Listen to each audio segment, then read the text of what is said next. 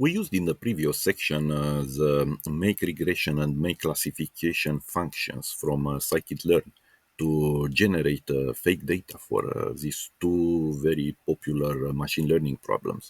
Uh, However, Snowflake is based on essentially on SQL, and in SQL you have some powerful functions that you can use as well for different purposes. And look, we'll have a look also at regression and classification here, but uh, I will mention these two different kinds of functions that can generate basically any kind of fake data.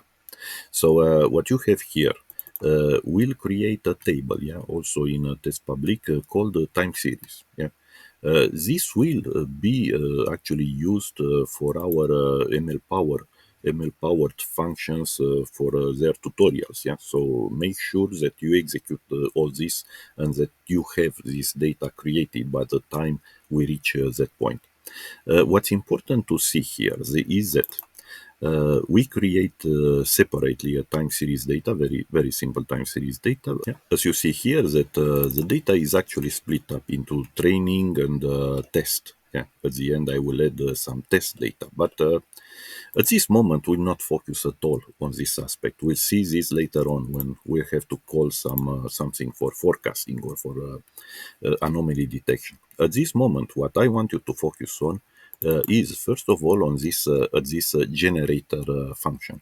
That's a built-in function that actually can generate a number of rows.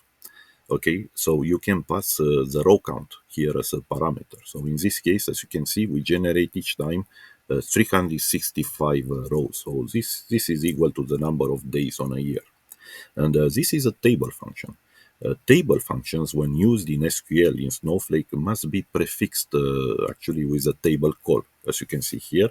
And they are usually, almost always, they are included in the from clause, not in the select clause. Okay, just remember this because that's an important point to remember. So the generator function will generate fake rows for you, but for the rest, you may have random functions, or you see functions like this one, or sequence functions like this one, sequence 4. You have sequence 1, 2, 3, 4. They can generate sequential numbers. With uniform, you can generate different distributions, and yeah, definitely you have the typical random call that generates a random number. So we use this here. This comes from a tutorial uh, of there.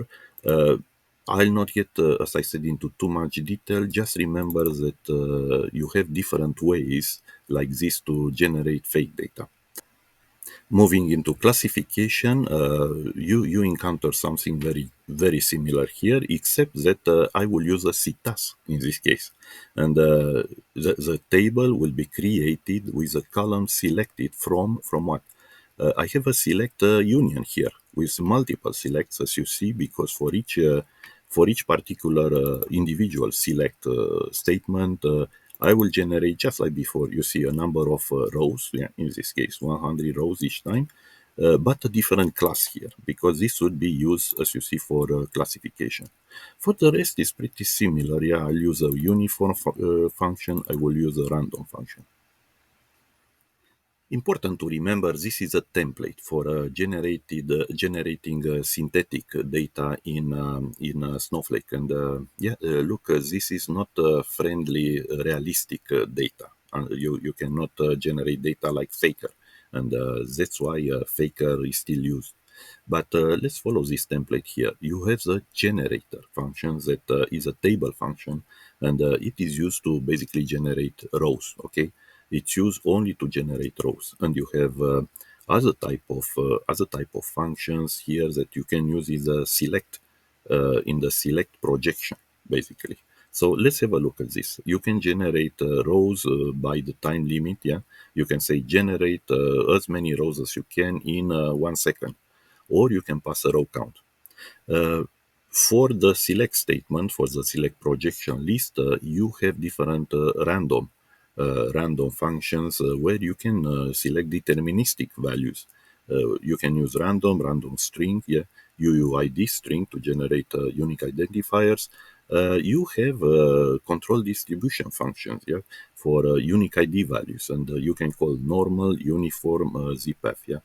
They generate numbers with a specific distribution and or integers, yeah. You have sequences of integers, yeah, they can rotate eventually, sequence 1, 2, 4, 8. So these are the number of bytes used until the rotation is completed.